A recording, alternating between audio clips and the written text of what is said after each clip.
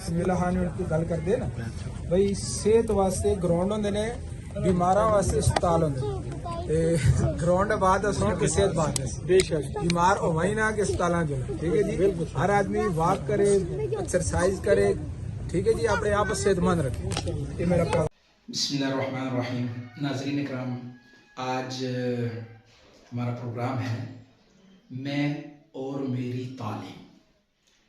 जैसा कि हम पिछले प्रोग्राम में बात कर रहे थे कि हमारी तालीम के अंदर यानी तालीम के ज़राए जो हैं वो चार हैं, घर से, माँ की गोद से, बाहर माहौल से, स्कूल मदरसा से और मीडिया से। तो अब घर से तो ज़ाहिर है अमूमन माँ बाप अच्छी तालीम और तरबियत को ही परवान चढ़ा रहे होते हैं। हर माँ बाप की ख्वाहिश होती है कि हमारा बच्चा कामयाब ज़िंदगी गुजारे दुनिया के अंदर। अब आगे जितनी मंजिलें हैं उन मंजिलों के बारे में भी यकीनन घर वालों की फ़िक्र होती है कि हमारा बच्चा दुनिया में भी, मौत के वक्त भी, कब्र में भी, आखिरत में खुशहाल रहे। तो बहुत सारे लोग जो होते हैं वो अपने बच्चों के बारे में बहुत ज़्यादा फ़िक्रमंद होते हैं, तो उनको चाहिए कि वो अच्छी तालीम और तरबियत के साथ अपने बच्चों को परवान जाए। तो हमारा मौजू चल रहा था कि हमने स्कूल और मदरसा लिया हुआ था कि आज हमारे स्कूल और मदारस में से बच्चों को क्या चीज़ दी जा रही है। अब उसके अंदर जैसे हमने पीछे भी बात की कि हमारी यानी एक है कि एक ज़ात का तल्लुक़ है तालीम के साथ, हमारे माहौल माशरे का तल्लुक़ है हमारी तालीम के साथ, और हमारे वतन का, हमारी पूरी दुनिया में उम्मत मुसलमान होने के नाते मुसलमान होने का भी एक किरदार है। तो ये ऐसा किरदार बच्चे को उसका बनाना है कि वो घर के लिए भी मुफीद फ़र्द बने, माशरे के लिए भी बेहतरीन शहरी बने और वतन के लिए भी एक बेहतरीन जो है वो पाकिस्तान का शहरी बने। तो अब उस निस्बत से जो स्कूलों के अंदर जो एक बस एक कौमी अलमिया चल रहा है हमारे साथ कि शायद जानबूझ के हो रहा है, गैरों की कुछ इस तरह के हमारे ऊपर प्रेशर है कि हम अपनी तालीमी पॉलिसी को मुल्की मफाद में अभी तक न बना सके। अब एक बहुत पुराना एक ड्रामा है, मैं आपको वाक़या सुना देता हूँ। एक पुराना एक वाक़या है, एक इशफाक अहमद जो ड्रामे तहरीर किया करते थे, टीवी पे ड्रामा चल रहा था, तो उसमें दो प्रोफेसर साहबान होते हैं। वो एक उर्दू के प्रोफेसर होते हैं और एक जो है वो इंग्लिश के प्रोफेसर होते हैं। वो आपस में बातचीत कर रहे होते हैं, लाइब्रेरी में बैठे होते हैं, वो गपशप लग रही होती है। तो बड़ी उम्र के होते हैं वो, तो वो उर्दू वाले प्रोफेसर अपनी उर्दू की बात कर रहे होते हैं। अंग्रेज़ी वाले प्रोफेसर कहते हैं को यार मैं तो जो ना अंग्रेज़ी में 3 दफ़ा फेल हुआ था। तो उर्दू वाले कहते हैं यार मुझे तो कोई मसला नहीं हुआ, मैं तो उर्दू में पहली दफ़ा पास हो गया था। वो अंग्रेज़ी वाले कहते हैं यार मेरी ज़िंदगी का बहुत बड़ा एक अरमान है। तो वो दूसरे उसको उर्दू वाले प्रोफेसर कहते हैं जी आपका क्या अरमान है?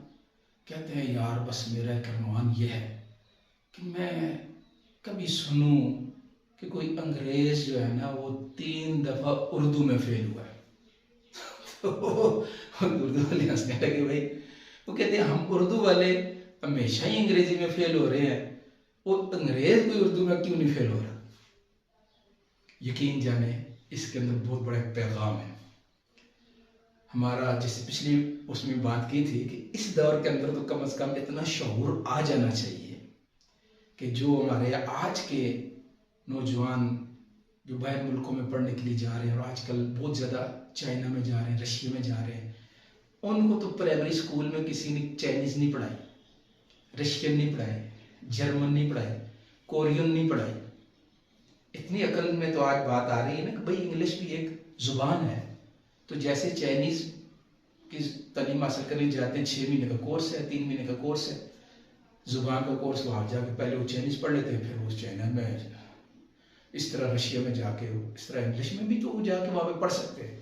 तो हमने 22 करोड़ आवाम को एक वक्ते में डाला हुआ है, एक परेशानी में डाला हुआ है। भाई दुनिया में जिस कौम ने भी तरक्की की है ना, वो कौमी ज़ुबान को ज़रिया तालीम बना के तरक्की की और उसके अलावा क्या फ़ायदा है कि अगर शुरू से हमारी कौमी पॉलिसी उर्दू में बन जाती तो चारों सूबे हमारे आज एक ज़ुबान बने होते, चारों के चारे एक प्लेटफॉर्म पे, एक रास्ते पे चलने वाले होते, एक कौम बन के सामने आते।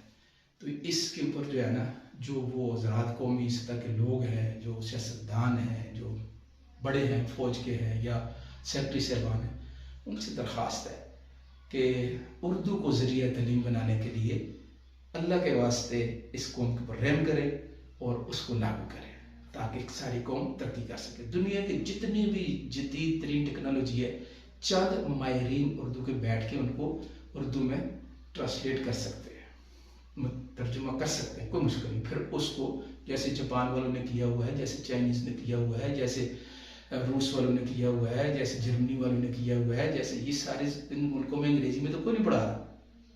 तो बराए मेहरबानी इसके ऊपर ज़रा सोच करें। आवाम से भी दरख्वास्त है, आपसे भी दरख्वास्त है, इसको जहाँ तक हो सके इस आवाज़ को लगाएं, इस आवाज़ को लगाना शुरू करेंगे ताकि कौमी सतह पे हमारी तरक्की शुरू हो सके। अगले प्रोग्राम तक के लिए इंशाल्लाह तो अगले इतवार को फिर हाजिर होंगे मैं और मेरा तालीम लेके। आपने प्रोग्राम को आगे शेयर ज़रूर करना है, जहाँ तक जितना ज़्यादा हो सके लोगों तक पैगाम को आगे पहुँचाएँ। हो सकता है आपके मेरे किसी इस कोशिश से बातें खैर के साथ किसी की भलाई हो सके और हमारा कौमी अलमिया जो है, कौमी तालीमी पॉलिसी भी दुरुस्त हो सके और हमारे बच्चे भी दुनिया के बच्चों की तरह दुनियावी चीज़ों के अंदर तरक्की की मनाज़िल तय कर सकें। अगले प्रोग्राम तक कल हासिल इजाज़त चाहूँगा। अल्लाह हाफ़िज़।